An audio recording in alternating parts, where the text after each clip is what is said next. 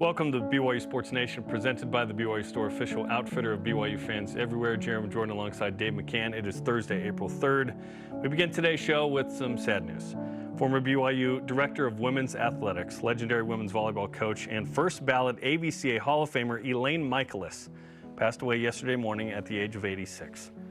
Michaelis served as head coach for 4 different women's programs at BYU, totaling more than 70 collective seasons with women's volleyball, basketball, field hockey, and softball.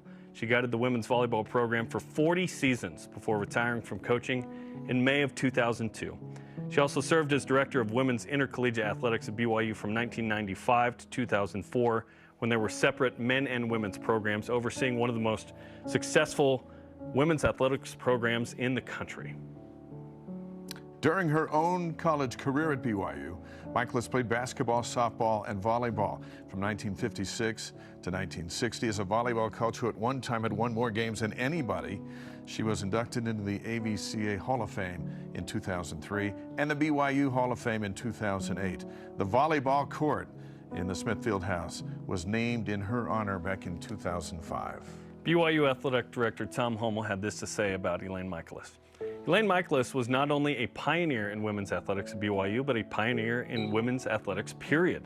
The successes today in women's sports at BYU would not be possible without Elaine's tremendous love, commitment, and advocacy that she spent her life building and strengthening.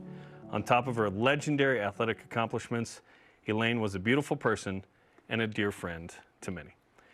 Dave, what does Elaine Michaelis' legacy mean to BYU athletics? Well, when it comes to women's sports here, she is the legacy. She is the pioneer that went forward and cut down the trees and created the trail for everybody to follow. And today's success, which is program-wide, is a result of her willingness to fight, because it wasn't always easy to get things done. And I think a tender mercy from above is the fact that she lived long enough to see it all fulfilled.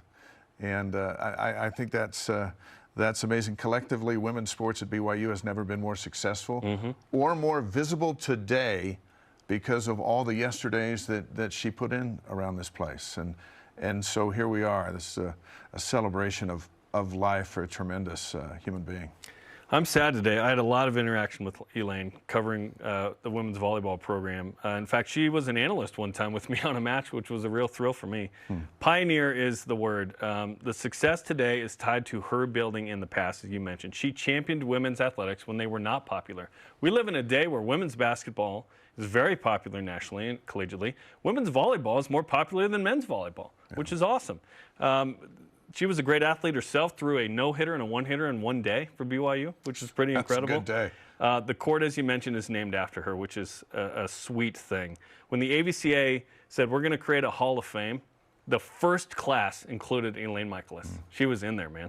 At one point, Carl McGowan was an assistant to her, by the way. That might have been the greatest coaching staff of any sport ever for BYU. Right. She was amazing. She'd come to a lot of the matches. She'd sit in the same spot. The second seat from the aisle right behind where we'd sit. Yeah. I would go over and visit with her. She'd hold my hand the whole time we talked. And she often said to me, you do your part and I'll do my part.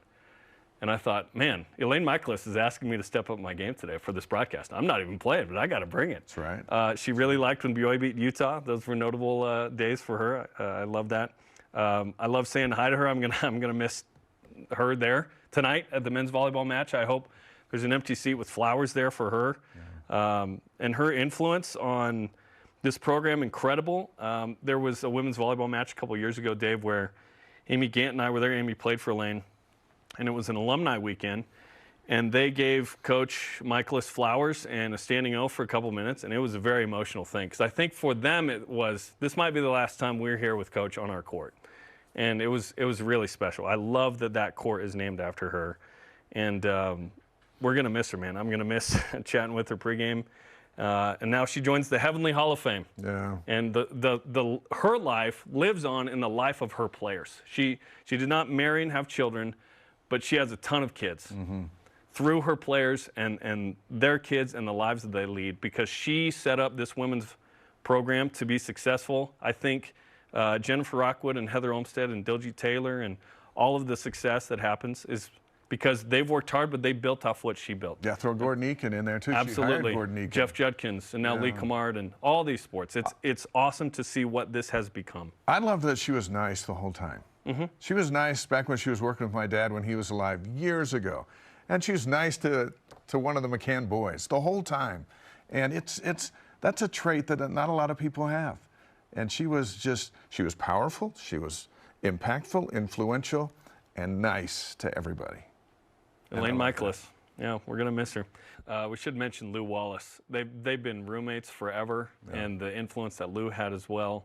And they showed some images from the game that I mentioned in a couple years ago, where all those alumni had a chance to, I don't know if they were saying goodbye, but it certainly was probably the last opportunity to be in person with Coach. But you see the influence she had, not only on this program and women's sports, but the lives of the people. I've been able to meet a lot of the alumni from BYU women's volleyball over the years. These are great people who now have, Nina Puikkonen was in that, Mortensen was in that piece. Her daughter Ellie's on the team now. So we're talking about, a couple generations of influence of Elaine Michaelis. And every time I walk in the Smith Fieldhouse, you see it right there, Elaine Michaelis Court, which is a great ode to a great person. Watching that made me think of game changers who never have it easy because they're changing a game that's already existed. And so it's a tough road. And as we saw there, it was a men's game for the longest time. And somebody had to have the tenacity to change that. And a lot of people didn't like it, right? Because we love change, right? We're really, hey, what can we change today? We like things the same. Yeah. So it takes a game changer to change the game. And she was that. And I thought back to our interview yesterday with Delaney Gibb and Mariah Hudgens here. And Delaney, one of the best players from Canada, Big 12 Rookie of the Year, living in this moment because of this young lady here, Elaine Michaelis. We're going to miss her. And tonight there's going to be an empty seat where Elaine is not. It'll be tough. Yeah. After the break, we continue remembering the life and legacy of Elaine Michaelis with Jen Rockwood and Heather Olmstead. This is BYU Sports Nation.